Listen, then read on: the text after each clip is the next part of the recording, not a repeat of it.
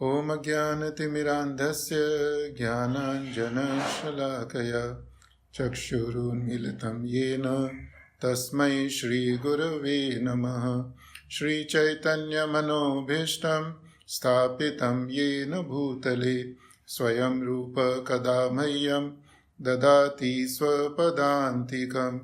वन्देऽहं श्रीगुरोः श्रीयुतपदकमलं श्रीगुरून् वैष्णवांश्च श्रीरूपं साग्रजातं सहगण रघुनाथान्वितं तं सजीवं साद्वैतं सावधूतं परिजनसहितं कृष्णचैतन्यदेवं श्रीराधाकृष्णपादान् सहगण ललिता श्रीविशाखान्वितांश्च। हे कृष्ण करुणा सिन्धु दीनबन्धु जगत्पते गोपेश गोपिकान्त राधाकान्त नमस्तुते। तप्त कांचन गौरांगी राधे वृंदावनेश्वरी वृषभानुसुते देवी प्रणमामि हरिप्रिये। वाञ्छाकल्पतरुभ्यश्च कृपा सिन्धुभ्य एव च पतितानां पावनेभ्यो वैष्णवेभ्यो नमो नमः। जय श्री कृष्ण चैतन्य प्रभु नित्यानंद श्री अद्वैत गदाधर श्रीवासादि गौर भक्त वृंद। हरे कृष्ण कृष्ण कृष्ण हरे हरे, हरे राम राम राम हरे हरे। हरे कृष्ण कृष्ण कृष्ण हरे हरे, हरे राम राम राम हरे हरे। हरे कृष्ण कृष्ण कृष्ण हरे हरे, हरे राम राम राम हरे हरे। हरे कृष्णा सभी भक्तों को। आज हम भगवद गीता का अध्याय 2 श्लोक नंबर 68 भगवद गीता वर्स 2.68 पहले इसका उच्चारण करेंगे और इसके बाद इसके ऊपर चर्चा करेंगे। ओम नमो भगवते वासुदेवाय। ओम नमो भगवते वासुदेवाय। ओम नमो भगवते वासुदेवाय। तस्माद् यस्य महाबाहो निगृहीतानि सर्वशः इन्द्रियाणीन्द्रियार्थेभ्यः तस्य प्रज्ञा प्रतिष्ठिता।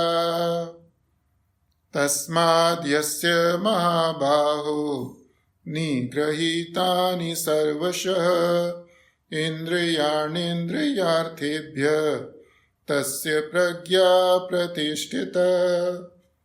तस्माद् यस्य महाबाहो निगृहीतानि सर्वशः इन्द्रियाणीन्द्रियार्थेभ्यः तस्य प्रज्ञा प्रतिष्ठिता। तस्माद् therefore yasya whose mahabaho o mighty armed one nigrahitani so curved down sarvashah all around indriyani the senses indriya arthebhyah from sense objects tasya his pragya intelligence pratisthita fixed. Translation and purport by His Divine Grace A.C. Bhaktivedanta Swami Srila Prabhupada Ki Jai. Therefore, O mighty armed, one whose senses are restrained from their objects is certainly of steady intelligence. Purport: one can curb the forces of sense gratification only by means of Krishna consciousness or engaging all the senses in the transcendental loving service of the Lord. As enemies are curbed by superior force, the senses can similarly be curbed, not by any human endeavor, but only by keeping them engaged in the service of the Lord. one who has understood this, that only by Krishna consciousness is one really established in intelligence, and that one should practice this art under the guidance of a bona fide spiritual master, is called sadhaka or a suitable candidate for liberation. Srila Prabhupada की जय। भक्तों से निवेदन है कि कुछ भक्त श्लोक का उच्चारण कर सकते हैं प्लीज। हरे कृष्ण धन्यवाद। तस्माद्यस्य महाबाहो निगृहीतानि सर्वतः इन्द्रियाणि इन्द्रियार्थेभ्यः तत्प्रज्ञा प्रतिष्ठिता। तस्माद्यस्य महाबाहो निगृहीतानि सर्वशः इन्द्रियाणीन्द्रियार्थेभ्यः तस्य प्रज्ञा प्रतिष्ठिता। हरे कृष्ण।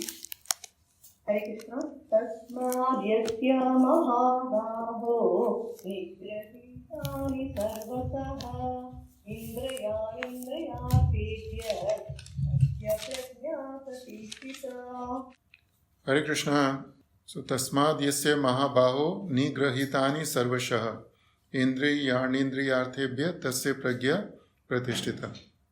तो जैसा हमने पहले बताया कि भगवद गीता के अध्याय 2 के अंतिम भाग में अर्जुन कृष्ण भगवान से 4 चीज़ें पूछते हैं कि जो स्थिति प्रज्ञा व्यक्ति है उसकी क्या भाषा होती है, प्रभाषित वह क्या बोलता है, आसीत किस तरह से बैठता है और व्रजित किस तरह से चलता है। तो इसके उत्तर में भगवान 18 श्लोक बोलते हैं, और अगर हम 18 श्लोकों को 2 भाग में बांटना चाहें तो कृष्ण भगवान सबसे पहले अर्जुन को बताते हैं कि स्थिति प्रज्ञा के लक्षण क्या होते हैं। तो 3 श्लोकों के अंदर 55, 56, 57 इन 3 श्लोकों में कृष्ण भगवान अर्जुन को स्थित प्रज्ञा व्यक्ति है उसके लक्षण बताते हैं कि जब भगवान कहते हैं प्रजहाति यदा कामान सर्वान पार्थ मतोगता, भगवान कहते हैं कि जो स्थित प्रज्ञा व्यक्ति है वो अपनी समस्त भौतिक इच्छाओं को त्याग कर देता है। इस तरह से भगवान बोलते हैं दुखेशु अनुद्विग्न मनः सुखेशु विगत स्पृह। जो स्थित प्रज्ञा व्यक्ति है वो दुखों में विचलित नहीं होता और सुखों की उसकी इच्छा नहीं रहती उसके अंदर। ऐसे ही आगे बोलते हैं यह सर्वत्रान भी स्नेह तत्त प्राप्य शुभाशुभ, कि स्थित प्रज्ञा व्यक्ति है उसको शुभ और अशुभ स्थिति से कुछ फर्क नहीं पड़ता है। तो भगवान पहले 3 श्लोकों में जो स्थित प्रज्ञा व्यक्ति है उसके लक्षण बताते हैं, और उसके बाद में श्लोक नंबर 58 से लेके 68 तक 11 श्लोकों के अंदर कृष्ण भगवान हमको ये बता रहे हैं कि हम अपनी प्रज्ञा को स्थित प्रज्ञा कैसे बना सकते हैं। अभी हमारी बुद्धि स्थित नहीं है, स्थित प्रज्ञा नहीं है। हमारी बुद्धि जैसे भगवान भगवद गीता के दूसरे अध्याय में बताते हैं बहुशाखा ही अनंताश। अभी हमारी बुद्धि our intelligence is many branched. क्यों? क्योंकि हमारी बुद्धि हमारे मन के अनुसार काम करती है ना। तो हमारे मन के बहुत सारे चैनल्स हैं, जैसे हम देखते हैं टीवी के अंदर, रेडियो के अंदर चैनल्स होते हैं और वो बहुत सारे चैनल्स एक साथ चलते हैं। वो तो ऐसे हमारे मन के अंदर बहुत सारे चैनल्स हैं, वो हमेशा एक साथ चलते रहते हैं। वो तो अभी हमारी बुद्धि को हमारे मन ने वश में कर रखा है ना, इसलिए हमारी बुद्धि स्थित प्रज्ञा नहीं है। तो श्लोक नंबर 58 से लेकर 68 तक 2.58 to 2.68 कृष्ण भगवान अर्जुन को बता रहे हैं, या अर्जुन के द्वारा हमें बता रहे हैं कि हम अपनी प्रज्ञा को स्थित प्रज्ञा कैसे बना सकते हैं। How to convert a prajna into sthita prajna, how to convert our intelligence into steady intelligence. तो श्लोक नंबर 68 से पहले 2.67 के अंदर कृष्ण भगवान कहते हैं इंद्रिय नाम ही चरताम यन मनो अनुविधीयते तदस्य हरति प्रज्ञा वायुर्नावम इवाम भसी। तो जैसा हमने आपको बताया था, कृष्ण भगवान इस श्लोक के अंदर बता रहे हैं कि हमारी इंद्रियों के अंदर बहुत शक्ति है ना, और इंद्रियों के अंदर नहीं, सिर्फ एक इंद्रिय के अंदर बहुत शक्ति है ना। और हमने एक श्लोक बताया था जो शंकराचार्य जी ने बोला है। तो श्लोक में शंकराचार्य जी बताते हैं कि किस तरह से अलग अलग तरह के जीव सिर्फ एक इंद्रियों के वश में होने के कारण अपना जीवन खो देते हैं। तो 5 जीवों के उदाहरण देते हैं, कुरंग, मातंग, पतंग, मीना, भृंगा। कि कुरंग का डियर, हिरण, उसकी सिर्फ एक इंद्रिय बहुत ज़्यादा कमज़ोर होती है। और सबसे ज़्यादा कमज़ोर इंद्रिय क्या है? कमज़ोर का अर्थ ये नहीं कि उसको सुनाई नहीं देता, दिखाई नहीं देता। कमज़ोर का अर्थ है विषयों के प्रति आसक्त होती है। तो हिरण की आसक्ति मधुर ध्वनि में होती है और वो ध्वनि की तरफ आकर्षित होकर अपना जीवन खो देता है। इसी तरह से हाथी है, उसकी आसक्ति कोमल त्वचा के अंदर होती है, उसका आकर्षण हथनी की तरफ होता है, तो उसके कारण अपना जीवन खो देता है। पतंगा, उसकी आसक्ति सुंदर रूप में होती है, चमकीली वस्तु में होती है, तो उस कारण वो आग के अंदर जाकर अपना जीवन खो देता है। इसी तरह से मीना, जो मछली है, उसकी आसक्ति जीवा में होती है, तो वह कुछ खाने की इच्छा के कारण अपना जीवन खो देती है। और भृंगा, मधुमक्खी, उसकी आसक्ति सुगंधित वस्तु में होती है, तो वह फूल के ऊपर जाके बैठती है और कुछ समय बाद फूल बंद होता है, तो उसी के अंदर उसकी मृत्यु हो जाती है। तो शंकराचार्य जी 5 जीवों के उदाहरण देते हैं हमको। हिरण का उदाहरण देते हैं, हाथी का देते हैं, मौत का, पतंग का देते हैं, मछली का देते हैं और मधुमक्खी का देते हैं। तो इन सभी जीवों के अंदर इनकी सिर्फ एक एक इंद्रिय उसके विषय भोग से बहुत ज़्यादा आसक्त है ना। लेकिन शंकराचार्य जी कहते हैं कि मनुष्य का तो क्या कहना है कि मनुष्य के तो पांचों के पांचों जो इंद्रियां हैं कि कान, आँख, नाक, त्वचा, ये पांचों के पांचों हमेशा विषयों की तरफ भागती रहती है। और इसी कारण से जो हमारा मन और बुद्धि भगवान में नहीं लगता है। और कृष्ण भगवान उदाहरण देते हैं एक नाव का कि जिस तरह से एक नाव को डुबाने के लिए सिर्फ एक हवा का झोंका काफ़ी है, उसी तरह से हमें हमारे लक्ष्य से विचलित करने के लिए, जरूरी नहीं आध्यात्मिक लक्ष्य हो, इवन भौतिक लक्ष्य विचलित करने के लिए सिर्फ एक इंद्रिय की विषय भोग की कहना काफ़ी है। तो जब हमारी किसी इंद्रिय की आसक्ति किसी विषय भोग से होती है और मन भी उस विषय का भोग करना चाहता है, तो इंद्रिय और मन मिलकर हमें या तो अपने मार्ग से भटका देते हैं या मार्ग से बिल्कुल ही हटा देते हैं। और जैसा हमने आपको बताया था कि हवा का बहुत तेज झोंका आएगा, तो उस समय जो पानी के अंदर नाव है वह या तो डगमगा जाएगी और जिस दिशा में जाना है उस दिशा में नहीं जा पाएगी, और यह नाव पानी में डूब जाएगी। तो ये हमारी स्थिति, हम सिर्फ एक इंद्रिय के कारण हम या तो भक्ति मार्ग से डाइवर्ट हो सकते हैं और या बिल्कुल ही भक्ति मार्ग से अलग हो सकते हैं। तो इसीलिए कृष्ण भगवान इस श्लोक के अंदर क्या कह रहे हैं, तस्माद् यस्य महाबाहो निगृहीतानि सर्वशः इंद्रियाणि इंद्रियार्थेभ्यः तस्य के प्रज्ञा प्रतिष्ठिता। इसलिए कृष्ण भगवान कहते हैं कि हमें सारी इंद्रियों को वश में रखने का है ना, और जिसकी सारी इंद्रिय वश में है वो प्रतिष्ठित है ना, उसको कहते हैं मैन ऑफ स्टडी इंटेलिजेंस। तो इस श्लोक के अंदर कृष्ण भगवान ने जो बोला है उसके अंदर 2 शब्दों के ऊपर विशेष रूप से चर्चा करेंगे, निगृहीतानि और दूसरा है सर्वशः। तो कृष्ण भगवान कहते हैं तस्मात्, तस्मात् का अर्थ है देयरफॉर, कि कृष्ण भगवान अभी निष्कर्ष बता रहे हैं अर्जुन को कि जो पहले भगवान ने समझाया अर्जुन को उसका अभी निष्कर्ष बता रहे हैं, ये कंक्लूजन दे रहे हैं उसका। और कहते हैं यस्य मतलब जिसकी, तस्माद् यस्य महाबाहो। अर्जुन के बहुत सारे नाम हैं भगवद गीता के अंदर, अलग अलग जगह पे अर्जुन के, कृष्ण भगवान ने अर्जुन को अलग अलग नामों से संबोधित किया है और अलग अलग नाम से संबोधन करने का कारण भी है, हर एक नाम के पीछे एक अर्थ है। तो जब कृष्ण भगवान बोलते हैं कि तस्माद् यस्य महाबाहो निगृहीतानि सर्वशः, तो महाबाहु का अर्थ होता है कि जिसकी भुजाओं में बहुत शक्ति है, बहुत शक्तिशाली व्यक्ति को महाबाहु कहते हैं। तो Arjun was a very powerful warrior, बड़े बड़े युद्ध जीते थे, बहुत सारी विद्याएं थी, बहुत शक्तिशाली थे। तो कृष्ण भगवान अर्जुन को बोल रहे हैं कि तुमने युद्ध जीतने के अंदर अपनी शक्ति का उपयोग किया, अपनी शक्ति दिखाई, लेकिन उसका अर्थ नहीं है कि तुम महाबाहु हो गए।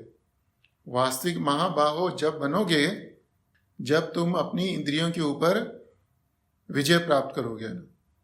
तो इसीलिए कृष्ण भगवान अर्जुन को महाबाहु नाम देकर संबोधित कर रहे हैं। श्रीमद् भागवतम के 5वें स्कंद के अंदर सुखदेव गोस्वामी एक श्लोक बोलते हैं, उसके तात्पर्य में प्रभुपाद जी बताते हैं कि our first concern should be to control our senses. Concern का मतलब चिंता, परेशानी है ना।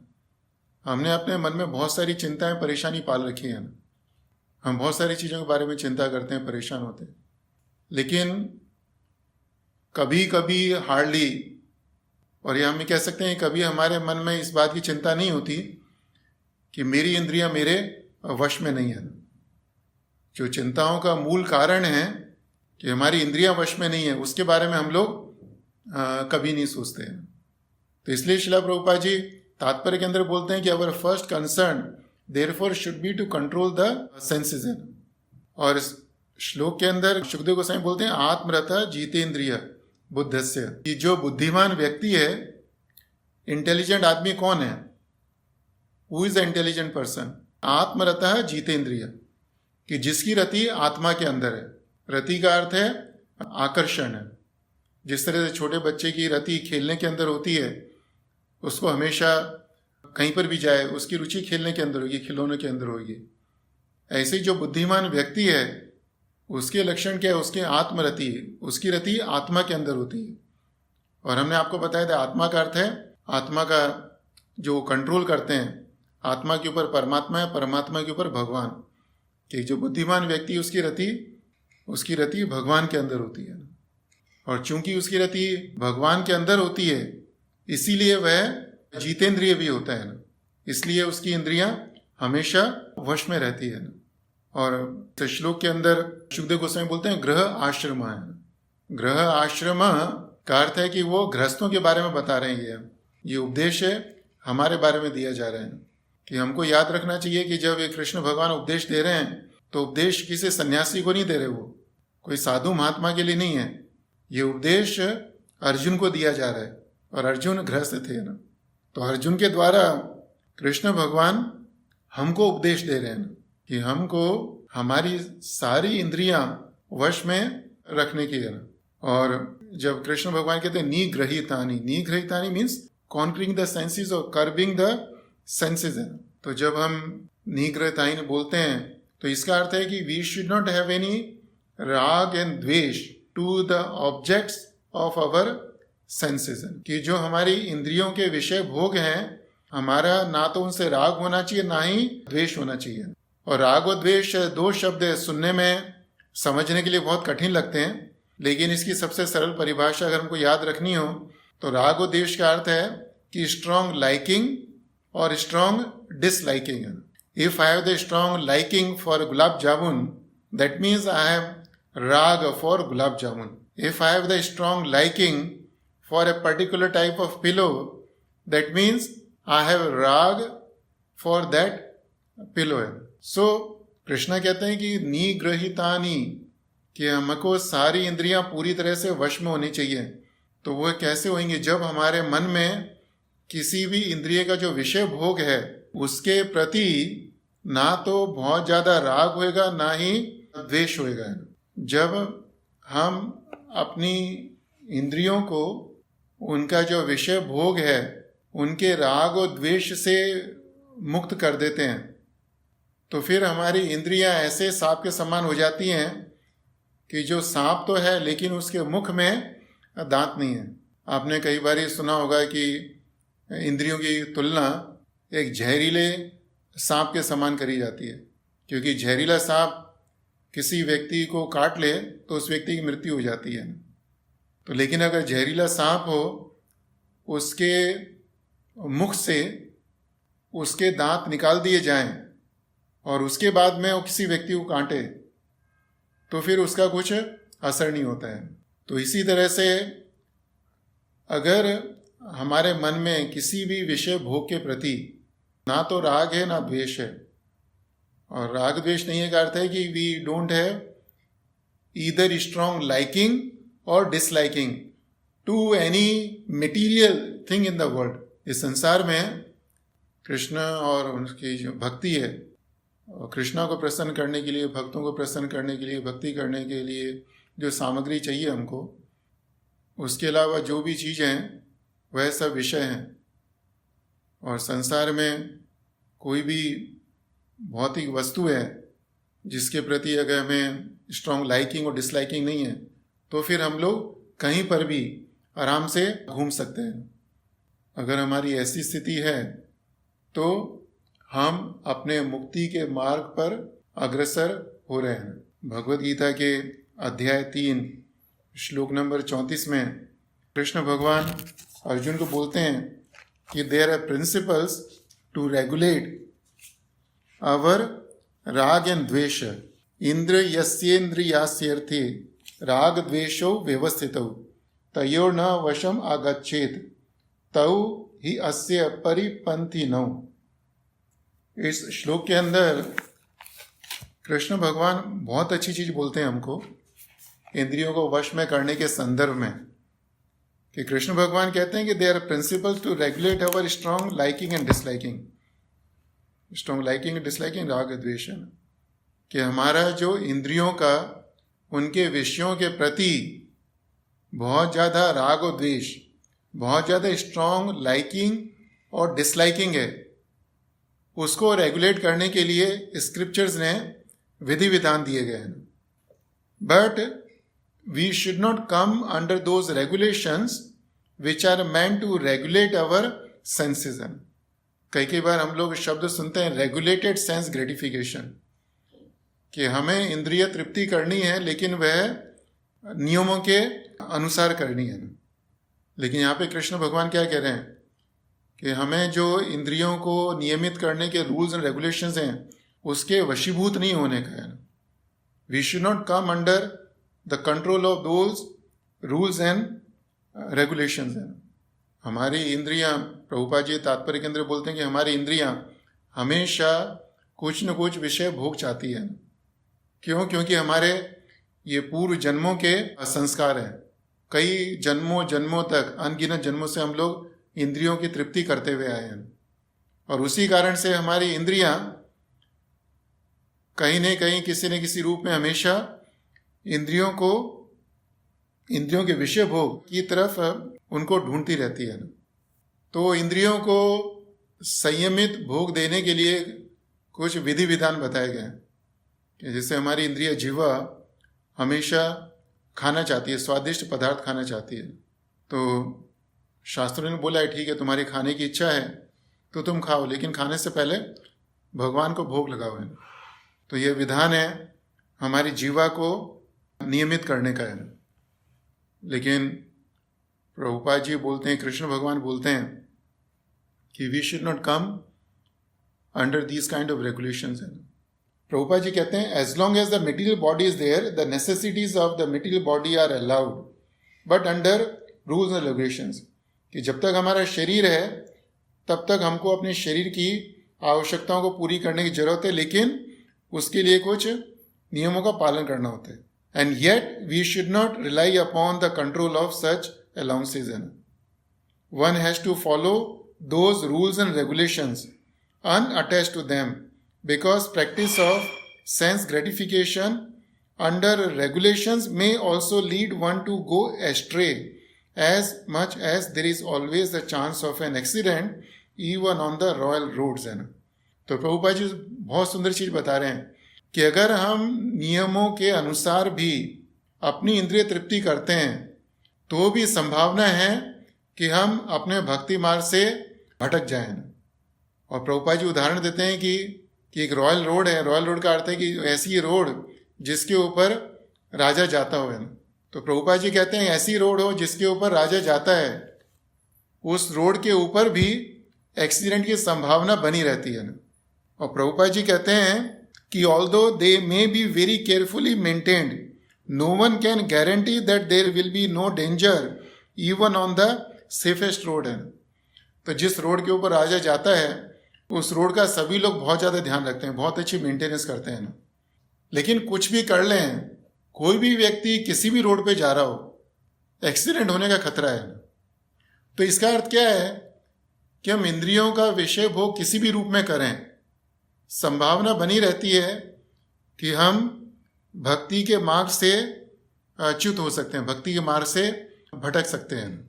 The sense enjoyment spirit has been current a very long time owing to material association, कि हमारे जो सेंस एंजॉयमेंट स्पिरिट है, हमारी भावना है, हैज बीन करंट मतलब कि बनी रही है काफी समय से है। क्यों? क्योंकि हमने प्रकृति का संपर्क किया, हमने कई जन्म लिए हैं ना। तो प्रभुपाद जी कंक्लूड कर रहे हैं इस तात्पर्य के अंदर बहुत सुंदर चीज बता के, है ना, कि therefore in spite of regulated sense enjoyment there is every chance of falling down। और दोबारा प्रभुपाद जी कहते हैं therefore, है ना, Therefore, any attachment for regulated sense enjoyment must also be avoided by all means. Therefore, any attachment for regulated sense enjoyment must also be avoided by all means. Regulated sense enjoyment means having prasadam. Eating prasadam is an example of regulated sense enjoyment. So Prabhupada is saying that even that must be avoided by all means. Prabhupada is not saying that we should avoid having prasadam.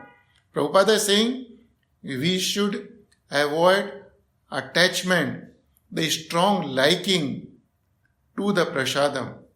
Because if we have the strong liking to the prasadam, then we will end up in gratifying our tongue.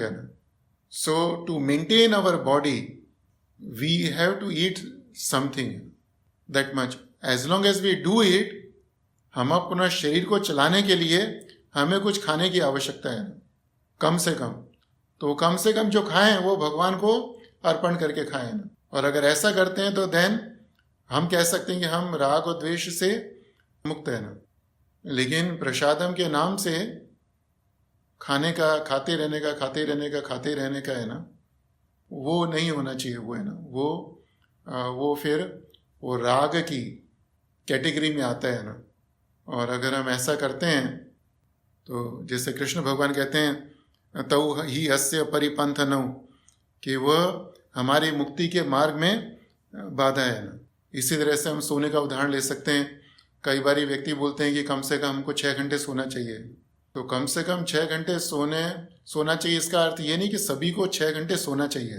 कि अगर हमको लगता है कि हमारा 5 घंटा सोने से काम चल सकता है तो हमको 5 घंटे सोना चाहिए, उससे ज़्यादा नहीं सोना चाहिए. So the point is that जब कृष्ण भगवान कहते हैं कि निग्रहितानि मीन्स कंप्लीटली अंडर कंट्रोल है ना, कि हमारी जो इंद्रियां हैं वह पूरी तरह से वश में रहनी चाहिए. और शायद हमने पहले बताया था कि जो राग और द्वेष है, strong liking and disliking is not due to the sense objects. है कि हमारा जो राग और द्वेष है किसी भी वस्तु के प्रति, वो उस वस्तु के कारण नहीं होता, वह हमारी चेतना के कारण होता है, हमारी भावना के कारण होता है. जो चीज़ हमारी इंद्रिय तृप्ति के लिए, मन के सुख के अनुकूल होती है, हमें उस चीज़ के प्रति बहुत ज़्यादा लगाव होता है. और जो चीज़ हमारी इंद्रिय तृप्ति और मन के सुख नहीं देती, उसके प्रतिकूल होती है, तो उस चीज़ से हमारा द्वेष होता है. कई बार ऐसा होता है कि वस्तु एक ही होती है, लेकिन एक व्यक्ति को वो वस्तु अच्छी लगती है, एक व्यक्ति को उस वस्तु से राग होएगा, और दूसरे व्यक्ति को उसी वस्तु से द्वेष होएगा. अगर हम वर्षा का उदाहरण लें, बारिश का उदाहरण लें, तो हम देखते हैं किसान की इच्छा होती है कि बारिश हो, जिससे फसल अच्छी हो. लेकिन जो घड़ा बनाने वाला है उसकी इच्छा नहीं होती बारिश हो, ना, क्योंकि बारिश होगी तो घड़े नहीं सूखेंगे ना. तो एक व्यक्ति को बारिश बहुत अच्छी लगती है और दूसरे व्यक्ति को बारिश अच्छी नहीं लगती है. तो कहने का तात्पर्य है कि जो हमारा मन में स्ट्रांग लाइकिंग और डिसलाइकिंग है किसी भी चीज़ के प्रति, किसी भी वस्तु के प्रति, व्यक्ति के प्रति, स्थिति के प्रति, वह हमारी चेतना, हमारी भावना के कारण होती है. तो कृष्ण भगवान हमको बताना चाहते हैं कि हमको किसी भी, we should not engage in any activity due to our strong liking और डिसलाइकिंग टू दैट एक्टिविटी. और यह हम हिंदी में कह सकते हैं कि किसी भी विषय भोग से संपर्क करें तो वह हम इसलिए नहीं करें कि हमारा उस विषय से बहुत ज़्यादा राग है या द्वेष है ना, और यह हमें बहुत ज़्यादा अच्छी लगती है या हमें अच्छी नहीं लगती है ना. हमको इस संसार में रहना है, हमको अपने कर्म करने हैं. तो हमको अपने कर्म किस तरह से करने हैं कि तस्मात् शास्त्रम प्रमाणम थे कार्य अकार्य व्यवस्थित है. व्यवस्थित मीन्स फिक्स्ड है. We should be fixed in our duties. हमको अपने कर्मों में व्यवस्थित रहने का है. किसके आधार पर? तस्मात् शास्त्रम प्रमाणम थे, कि जो शास्त्र हैं उसके अनुसार हमको क्या करना चाहिए और क्या नहीं करना चाहिए, यह तय करना चाहिए. अगर हमारी बुद्धि शास्त्रों के अनुसार चलेगी तो वह विचलित नहीं होगी वो, क्योंकि शास्त्रों की रचना जिसने करी उनकी बुद्धि स्थित प्रज्ञा थी। और शास्त्रों का जो मूल स्रोत है, the origin of all the scriptures, all the knowledge is who, it's a Krishna भगवान है। बुद्धिर बुद्धिमतामस्मि, कृष्ण भगवान की संसार में जितने व्यक्तियों के पास बुद्धि है उसका कारण क्या? कृष्ण भगवान है। और कृष्ण भगवान की बुद्धि हमेशा स्थिर रहती है।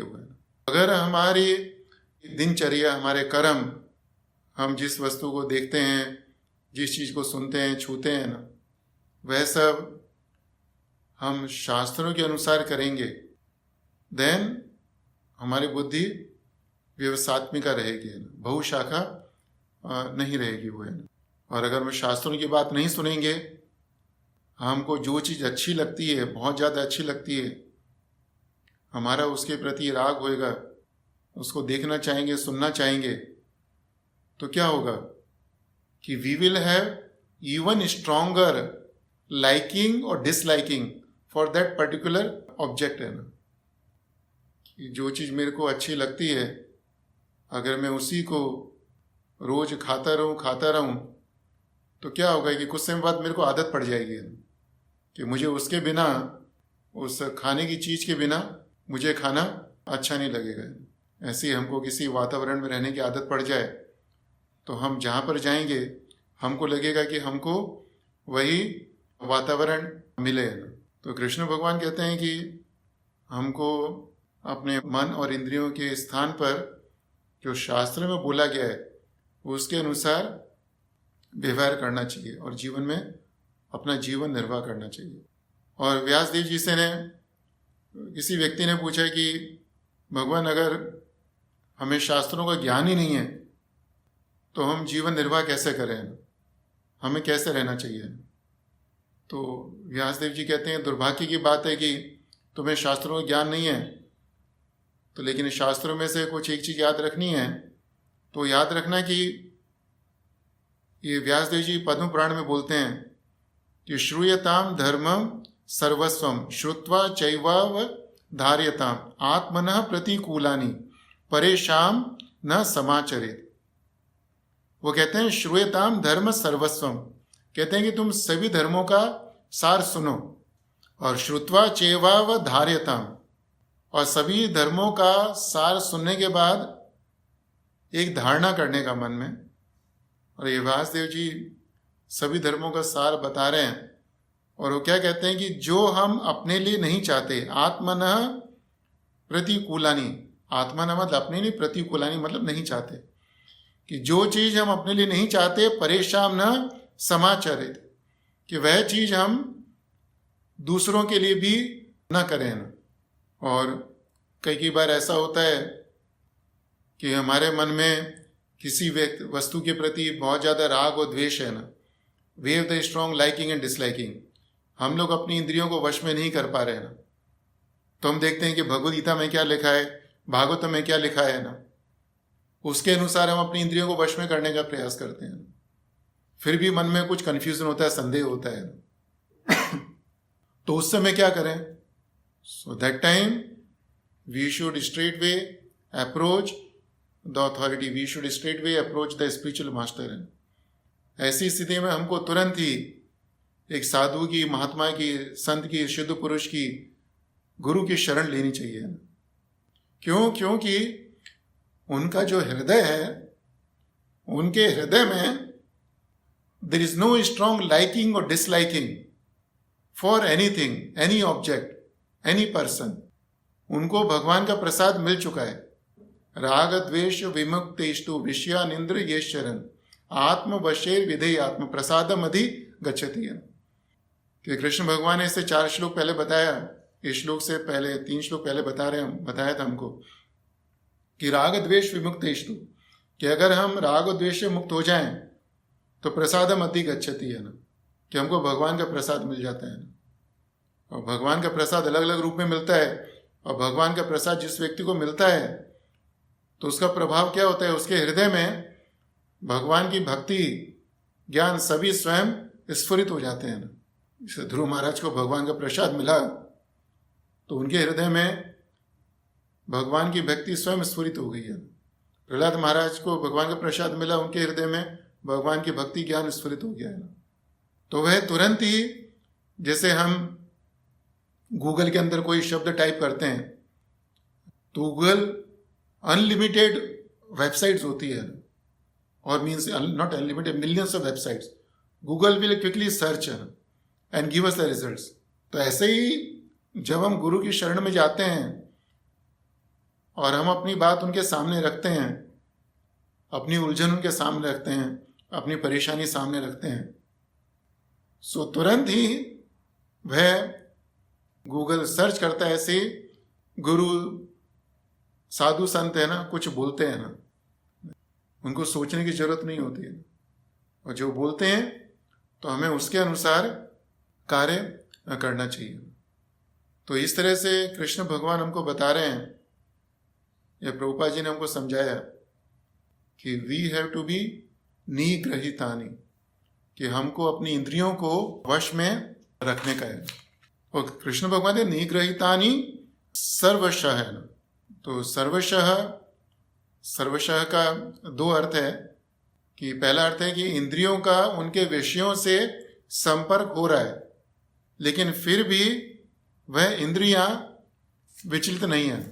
कि जैसे हम अपने डेली लाइफ में, अपनी दैनिक चर्या में हम लोग बाहर जाते हैं तो कई बार बहुत सारी ऐसी चीज़ें देखते हैं कि जो शास्त्रों में हमको देखना नहीं चाहिए, सुनते हैं जो सुनना नहीं चाहिए है ना, हमारे सामने आती है चीज़ें है ना, ये कानों में चीज़ें जाती है वो है ना।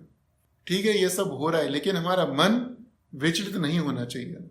एक बार प्रभुपाद जी मुंबई में थे तो वह टैक्सी में बैठे, तो टैक्सी ड्राइवर प्रभुपाद जी से बोलते हैं कि महाराज जी हम आपसे एक बात पूछें। तो प्रभुपाद जी ने बोला पूछो बेटा। तो टैक्सी ड्राइवर बोलता है कि महाराज जी हमने तो देखा है कि जो आप जैसे संत होते हैं वह तो हिमालय में जाते हैं ना, तो आप इस मुंबई जैसे शहर में क्यों घूम रहे हैं?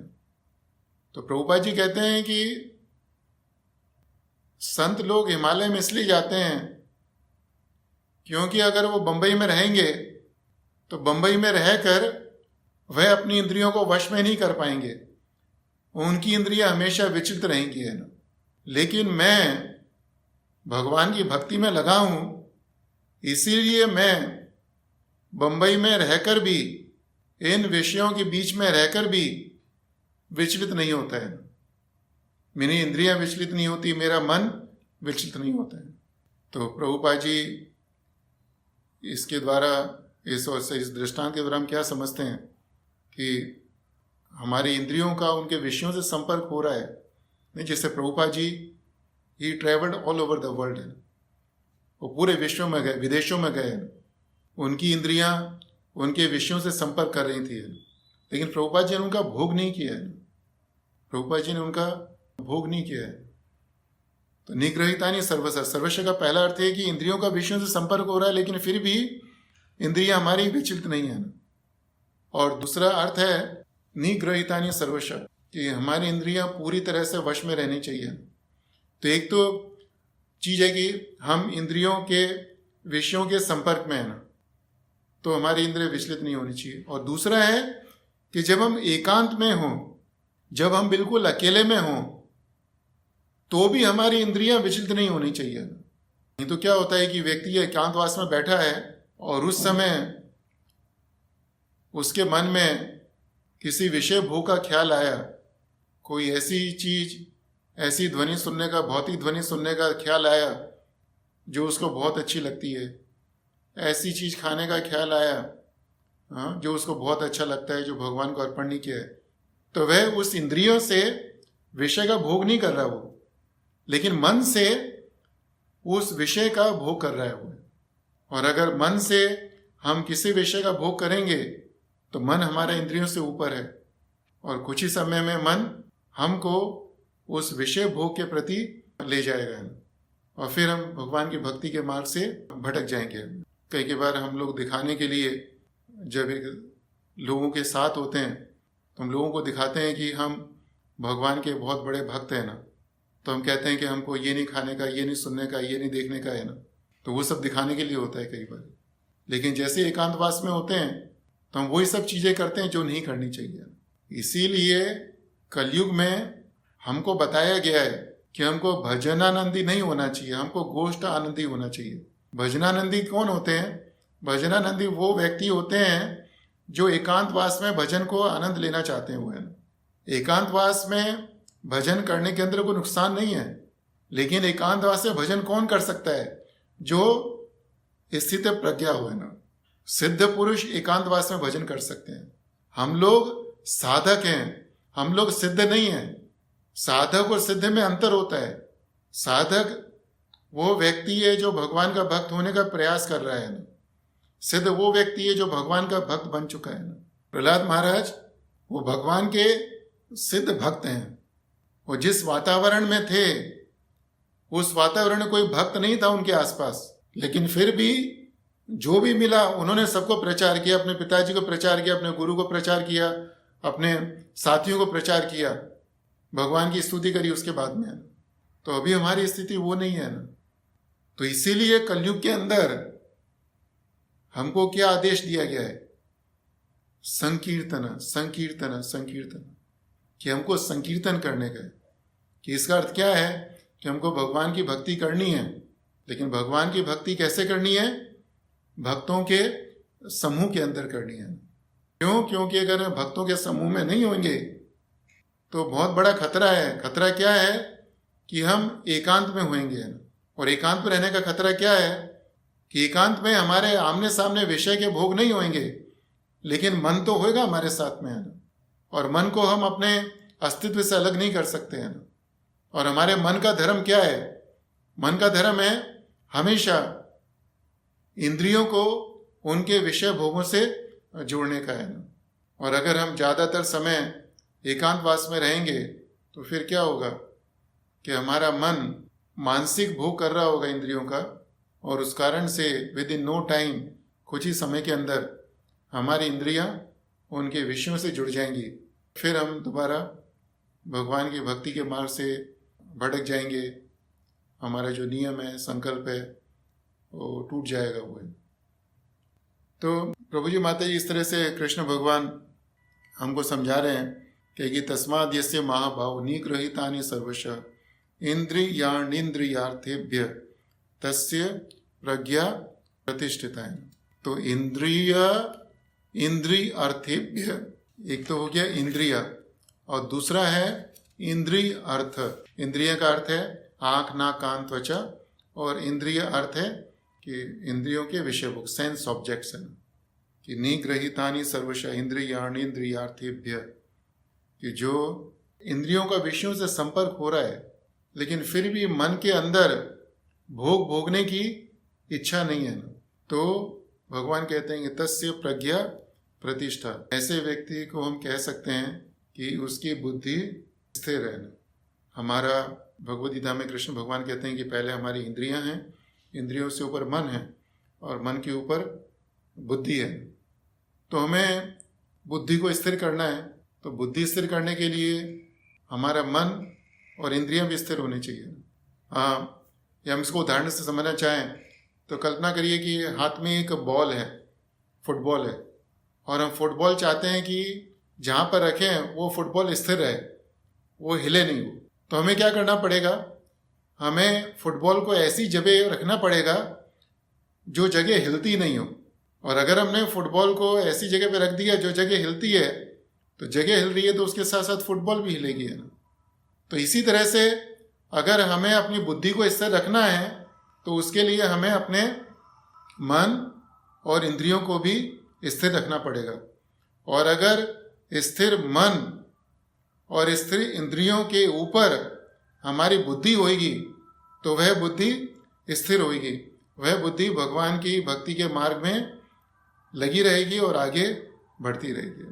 तो इन्हीं शब्दों के साथ इस कथा को विराम देना चाहता हूँ। और कथा के अंत में किसी भक्त को प्रश्न हो, संदेह हो, कमेंट्स हो, तो अभी हमारे पास 5 मिनट्स हैं, हम लोग उसको डिस्कस कर सकते हैं।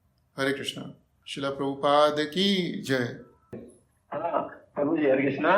प्रभुपाद जी जब बॉम्बे में टूरिंग कर रहे थे तो ड्राइवर उनसे पूछा कि आपके जैसे मतलब संत तो हिमालय में रहते हैं, तो प्रभुपाद जी ने बहुत अच्छा उत्तर दिया कि मतलब उनकी इंद्रियां बस में नहीं है इसलिए वो हिमालय में रहते हैं, और हमारी इंद्रियां बस में है कि हम इसमें मतलब रहते हुए भी हम जो है कि माता बहनी भी रहती हैं साथ में, तो इनमें रहते हुए मेरी इंद्रिया विचलित है, उसी में बस मेरी इंद्रिया बस में है।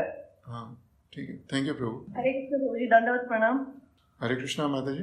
सो नाइस क्लास। इसमें one thing which I wanted to ask is, ये जो राग आप बता रहे थे, जो अपना अटैचमेंट होता है, जैसा आपने एग्जांपल दिया गुलाब जामुन या pillow, we like the pillow, we use always that pillow, we want that pillow, राग हो जाता है पिल्लो से।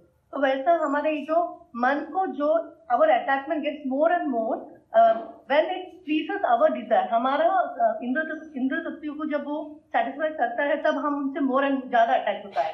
और वही सेम विषय not necessary that every time it will please other people और अदर थिंग ऑल्सो।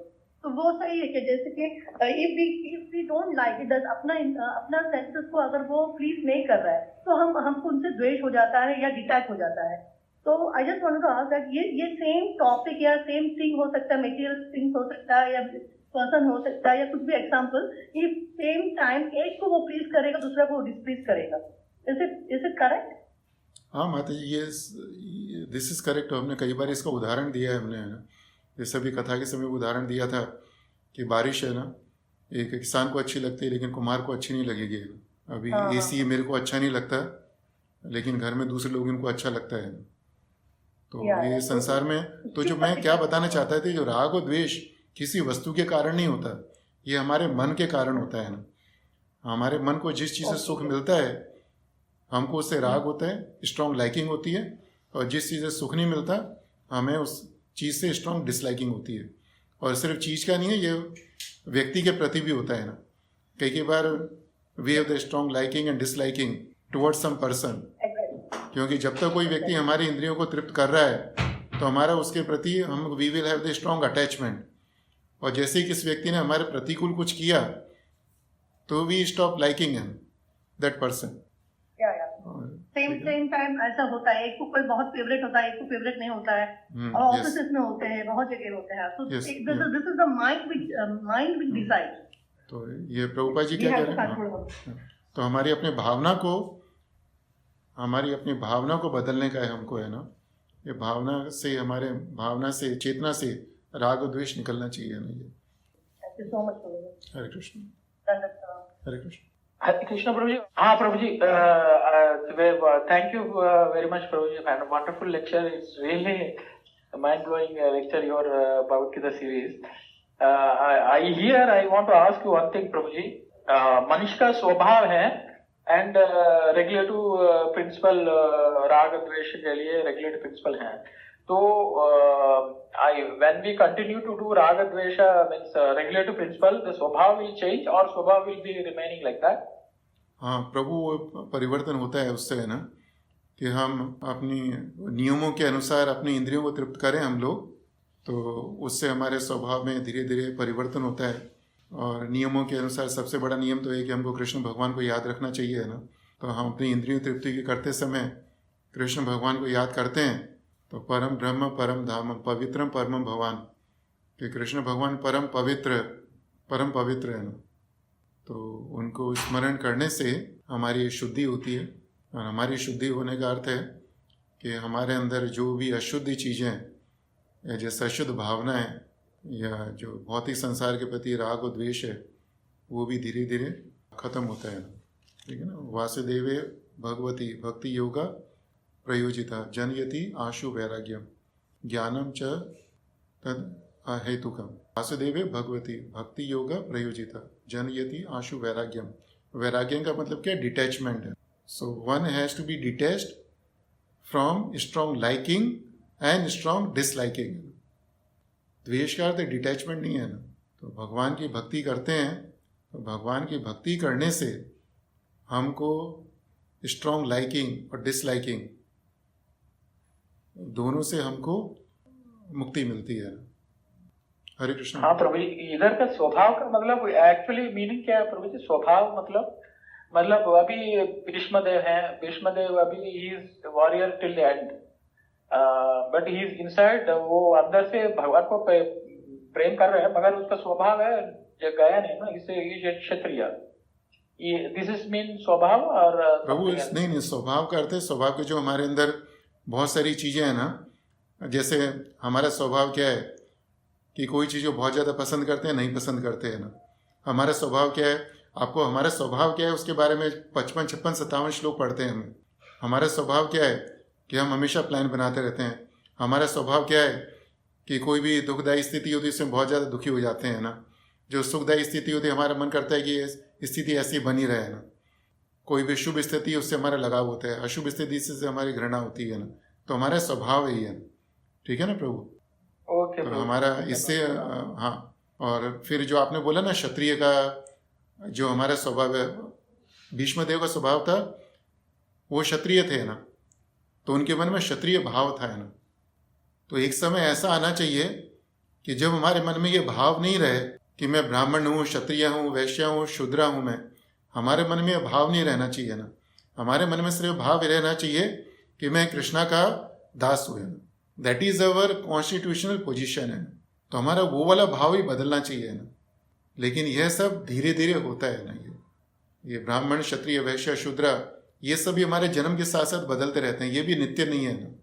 नित्य तो सिर्फ एक ही चीज है ना कि जीवेरे स्वरूप है, नित्य कृष्ण दास है ना, कि हम लोग नित्य रूप से कृष्णा के दास है ना। तो हमारे मन में सिर्फ एक यही भाव रहना चाहिए ना।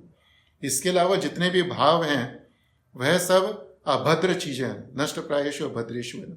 वो सब चीजें अभद्र है ना, वो सब हमारे अस्तित्व से जानी चाहिए वो है। ओके प्रभु, thank you very much, thank you. Hare Krishna प्रभु। वांछा कल्पतरुभ्यश्च कृपा सिंधुभ्यश्च।